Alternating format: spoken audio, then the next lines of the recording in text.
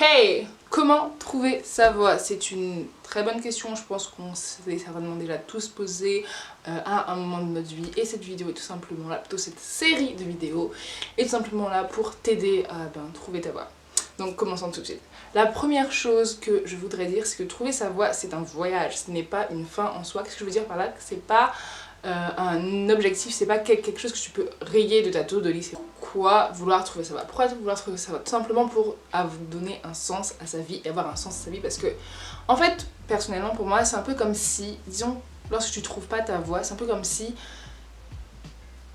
tu sais, chaque jour se suivent, tu fais des choses dans ta vie, tu vas au travail, tu vois tout ça, mais vu que tu ne sais pas pourquoi tu le fais, ça n'a pas de réelle valeur pour toi, et ben ça n'a pas de goût, ça n'a pas de, comment dire, ça n'a pas cette petite chose qui fait que ta vie en fait vaut le coup d'être vécue. Quand tu es malade, tu sais, ton palais il est, comment dire, un peu moins sensible, et même si tu vas goûter le meilleur plat du monde, ok, et ben tu vas pas avoir ce petit goût, cette sensation, ce plaisir lorsque tu vas mettre ces aliments délicieux dans ta bouche. Et ben pour moi, lorsque tu vis ta vie sans avoir trouvé ta voie, sans avoir un but, un sens, sans avoir tout simplement donné un sens à ta vie, et ben c'est comme si tu mangeais un plat sans goût. Qu'est-ce qui donne un sens à la vie? Pour moi, il y a 3 choses qui donnent un sens à notre vie. La première chose, c'est la direction. Qu'est-ce que je veux dire par la direction? C'est en fait ton but ultime dans la vie, et c'est ce but-là en fait qui va faire que lorsque tu auras plusieurs choix, par exemple plusieurs opportunités, tu vas savoir exactement quelle voie suivre, quelle opportunité suivre par rapport à la direction que tu t'es donnée. Deuxième chose, ce sont tes valeurs fondamentales, tes valeurs principales, tes valeurs qui sont vraiment internes à toi. Et qu'est-ce que je veux dire par là? Pourquoi tes valeurs sont aussi importantes dans comment donner du sens à ta vie? Parce que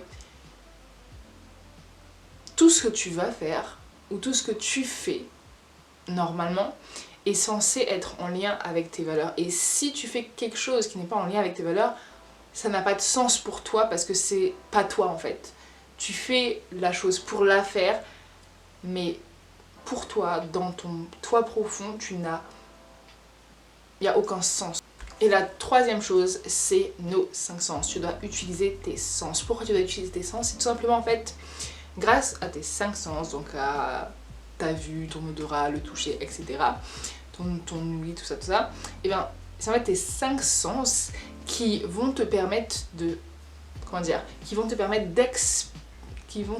d'expérimenter le monde extérieur, le monde qui t'entoure, et de voir, et en fait aussi d'avoir un feedback pour savoir si effectivement tu suis bien la direction de vie que tu t'es donnée. Prenons un exemple. Bon, je vais prendre un exemple de manga parce que j'aime beaucoup les mangas, donc on va prendre Death Note. C'est comme Light Yagami. Tu sais, en fait, Light Yagami, son but, donc sa direction de vie, c'est tout simplement de créer un monde meilleur. Pour lui, il va réussir à créer un monde meilleur en éliminant tout simplement toutes les personnes qui, selon lui, ne sont pas, comment dire, ne sont pas dignes d'être sur ce monde. Et si tu veux, sa valeur principale, c'est la justice, c'est la notion de justice. Et donc pour lui, toutes les personnes qui créent des injustices, toutes les choses qui sont pas justes, il va les éliminer pour faire en sorte que son but, donc sa direction de vie, se réalise, le fait d'avoir un monde meilleur et de créer un monde beaucoup plus juste. Et il va utiliser ses sens pour savoir s'il est sur le bon chemin ou pas. Par exemple, lorsqu'il voit qu'il y a de moins en moins de crimes au Japon, et ben ça lui donne une preuve, ça le conforte et ça confirme son but en fait, et ça lui montre bien qu'il est sur la bonne direction par rapport au but que lui s'est donné et à la direction qu'il a choisi de donner à sa vie. Comment faire pour trouver mon but de vie? Et bien déjà, je pense que la première chose à faire, c'est de faire le point. Et pour ça, on va tout simplement utiliser l'échelle d'évaluation des buts de vie utilisée par c'est très simple, je t'explique un peu comment ça fonctionne. En fait, c'est des affirmations, il y a à peu près 10 affirmations, et en fonction de ta réponse, donc par rapport à l'affirmation qui te correspond le plus, où tu te retrouves, tu vas savoir à peu près où tu te trouves dans l'échelle. Donc commençons. Je me sens bien quand je pense à ce que j'ai fait dans le passé et à ce que j'espère faire dans le futur. Alors si tu te reconnais dans cette phrase, tout simplement que pour l'instant, en tout cas, tu n'as pas forcément d'objectif précis ou de vision précise. Ce qui est sûr, c'est que tu es en accord avec tes valeurs. Je vis la vie au jour le jour sans vraiment penser au futur. Alors, si tu te reconnais dedans, c'est en général que c'est bon, le passé, tu as fait un trait dessus dans le sens où tu ne vis pas dans le passé, donc c'est une bonne chose. Et que tu n'as pas besoin de savoir exactement ce que tu veux faire ou ce que tu... ou quelle est ta mission de vie, et tu as juste besoin peut-être seulement d'avoir une valeur et de savoir de manière assez générale, je sais pas, par exemple que tu veux être libre, ok, que ton but dans la vie c'est d'être libre, tu vois, c'est pas quelque chose de très précis, mais ça te suffit pour être motivé et pour avancer. Et en fait, en général, si tu te trouves dans ce niveau, si tu te reconnais là, tu es le type de personne que lorsque tout est planifié, tout est super précis, et ben, le problème c'est que ça te lasse et tu trouves ça ennuyant et pas excitant du tout. Je pense à me focaliser sur le présent car le futur m'apporte bien souvent des problèmes.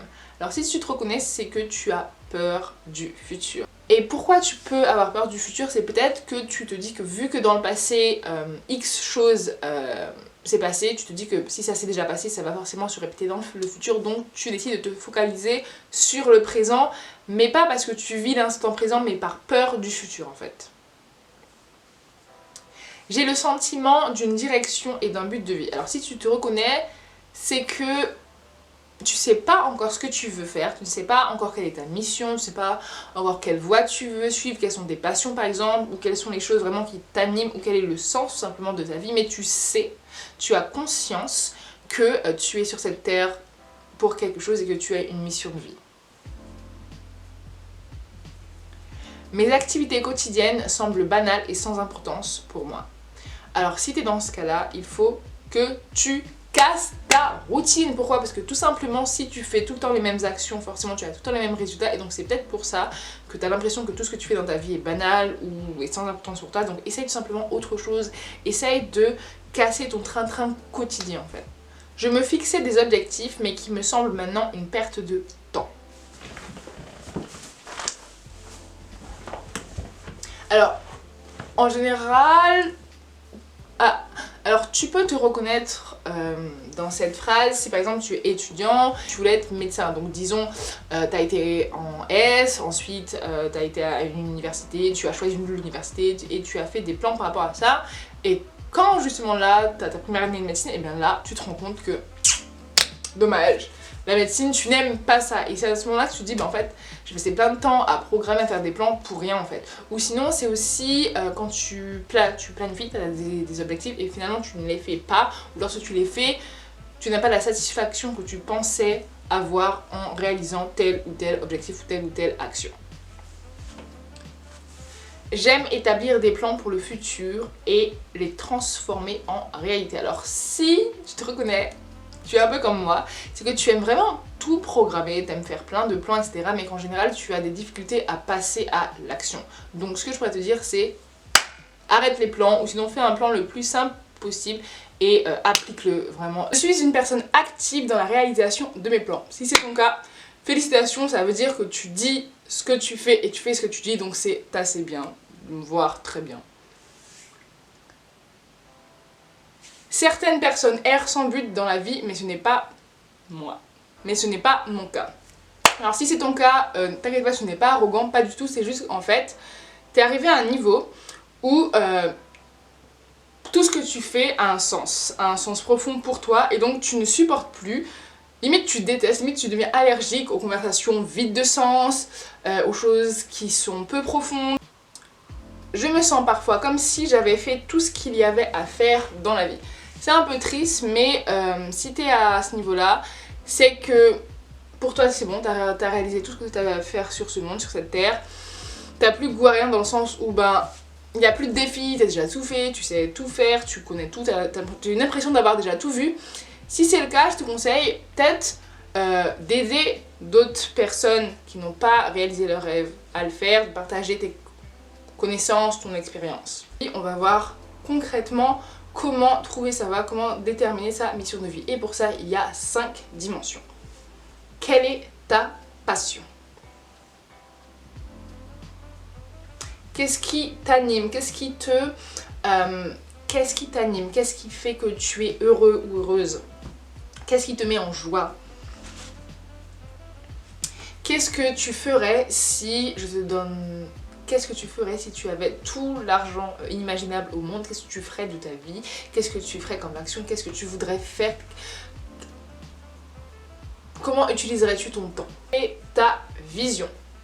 Vision, c'est un peu la manière dont tu vois, dont tu perçois le monde. Moi personnellement, je vois la vie comme un jeu, donc c'est-à-dire que pour moi, chaque jour est un peu une nouvelle partie. On a des ennemis, on a des obstacles, on a des super pouvoirs, on peut hacker le game.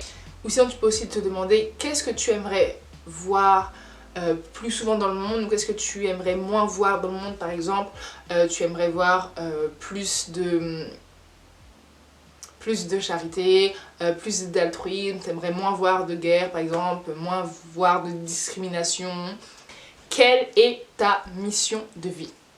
Quelle contribution, quelle chose tu peux faire pour mettre en place ta vision, pour concrétiser ta vision? Quelle qualité, quelle compétence, qu'est-ce que tu as de spécial que tu pourrais mettre au service des autres? Quelle est ton ambition? Qu'est-ce que tu veux obtenir dans ta vie? Qu'est-ce qui est important pour toi? Quelle personne veux-tu devenir? Ou peut-être quel statut tu veux avoir? Peut-être que tu veux être PDG, peut-être que tu veux être président, peut-être que tu veux être pape, peut-être que tu veux être mère, peut-être que tu veux avoir un statut, je sais pas, par exemple du meilleur père de l'année. Quel statut veux-tu avoir? Quelles sont tes ambitions? Quel est ton rôle? En gros, lorsque je te demande quel est ton rôle, c'est quelle personne dois-tu devenir pour pouvoir réaliser ton ambition. Disons que ton ambition, c'est d'être une mère parfaite, ok? Et que pour toi, la définition de mère parfaite, c'est Brie Van de Kom dans les Desperate Housewives. Donc ce que tu dois faire, c'est tout simplement regarder ce qu'elle fait, regarder comment elle le fait, et tout simplement calquer, bien sûr en gardant ta personnalité, pour pouvoir réaliser ton ambition. Et ton rôle modèle, ça peut être, peu importe, ça peut venir de ton imagination, ça peut venir d'une série, un personnage fictif, une personne réelle, une personne morte aussi, peu importe. Il faut juste que tu trouves la personne que tu dois être ou que tu dois devenir pour réaliser ton ambition. Tu n'as pas pu répondre à toutes ces questions, vraiment c'est pas grave. Il faut pas que tu te forces à y répondre, ça va venir tout seul. Ça va venir tout seul. Si tu te forces trop, si tu réfléchis trop, tout simplement, ça va venir de ta tête et non de ton cœur. Et pour trouver ton but de vie, ta mission de vie, pour trouver ta voie, il faut vraiment que tu écoutes ton cœur. Donc ce que je te conseille de faire, c'est de tenir un journal. Pourquoi? Parce qu'en tenant un journal, tu vas tout simplement pouvoir être plus conscient. En fait, tu vas pouvoir conscientiser cette expérience en fait, qu'est la vie. Et en tenant le journal, tu vas pouvoir voir qu'est-ce que tu aimes, qu'est-ce que tu n'aimes pas, quelles sont tes passions, si effectivement là, oui, tu es toujours dans la bonne direction, dans la direction que tu t'es donnée ou non. Et aussi grâce au journal, tu vas pouvoir trouver ton fil d'Ariane. Si tu veux savoir plus, t'as qu'à taper fil d'Ariane sur Google, c'est par rapport à la mythologie. Mais en gros, qu'est-ce que c'est? En fait, c'est le lien qu'il y a entre toutes les choses que tu fais dans ta vie. C'est un peu la raison cachée derrière tout ce que tu fais. Et en fait, chaque action que tu vas faire a un but précis. Et chaque action que tu fais, que tu mets en place, chaque chose que tu vis, tu vas voir en fait que ça a un même pourquoi. Ça a un lien en fait. Que chaque action que tu vas faire a un lien qui sont tournés vers un but, vers une direction précises. Par exemple, disons que ton premier métier c'est d'être professeur, ok? Ben, quand tu es professeur, forcément, tu aides des élèves à libérer leur potentiel et à apprendre plus de choses, tu leur donnes des connaissances. Là, ensuite, disons que tu deviens cuisinier. Ben, quand tu cuisines, c'est aussi pour t'occuper des personnes, pour leur donner de la nourriture, pour pour leur faire vivre des expériences culinaires, etc. Disons après que tu as fait de l'humanitaire, donc c'est encore dans l'humain. Ensuite, tu décides d'être militaire, donc là, tu décides de te battre pour ta patrie, de protéger les gens, tout simplement. Protéger les personnes qui te sont chères. Ensuite, disons, qu'est-ce que tu as fait comme métier? Tu as fait coach en développement personnel, et bien là encore, qu'est-ce qui est au centre? L'humain. Et donc, ton fil d'Ariane, qu'est-ce que c'est? C'est l'humain, c'est le côté humain.